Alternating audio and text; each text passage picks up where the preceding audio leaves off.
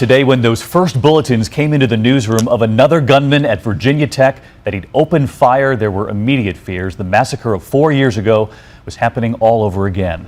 The images immediately began coming in, showing a student body on lockdown, officers barricading doors, and outside there, 2 officers embracing after a campus filled with fear that it was happening again. In the end, the gunman shot an officer dead, and it's believed he then turned the gun on himself. ABC's Jim Sciutto is at Virginia Tech tonight. Jim. Well, David, that alert has been lifted now. Students and faculty told to resume normal activities. The shooter is dead, believed to have taken his own life, but still no idea from authorities as to what his motive was in an attack that has brought back so many painful memories here. For 4 harrowing hours today at Virginia Tech, site of the worst mass shooting in American history, terror and disbelief. It was all happening again. Just after noon, shots ring out as a campus policeman is conducting a routine traffic stop. During that traffic stop, the officer was shot and killed, and there were witnesses to that incident. Witnesses reported to police that the shooter fled on foot.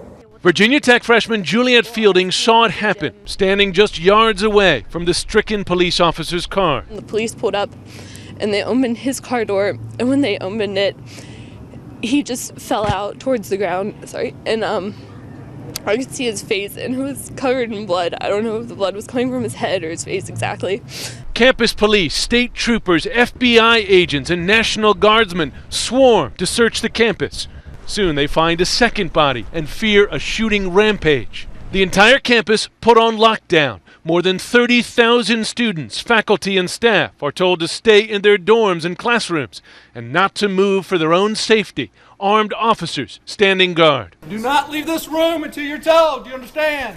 Yes, sir. Keep your heads up. We'll take care of you, promise. A campus alert system, introduced after the 2007 tragedy, springs to life just 6 minutes after the first shooting. A police officer has been shot. A potential second victim is reported. Stay indoors. Parking lot taped off. Body covered. It was a major change from the 2007 shooting, when it took 2 hours for the first alert to be issued after the rampage started, eventually claiming 33 lives. Today's violence ended with a far less severe toll. By 4 p.m., the police say they believe the second body is the shooter. The alert lifted. Relief, but still hard questions as to how this could have happened here again. It is very traumatic, and this brings back some difficult memories of the past.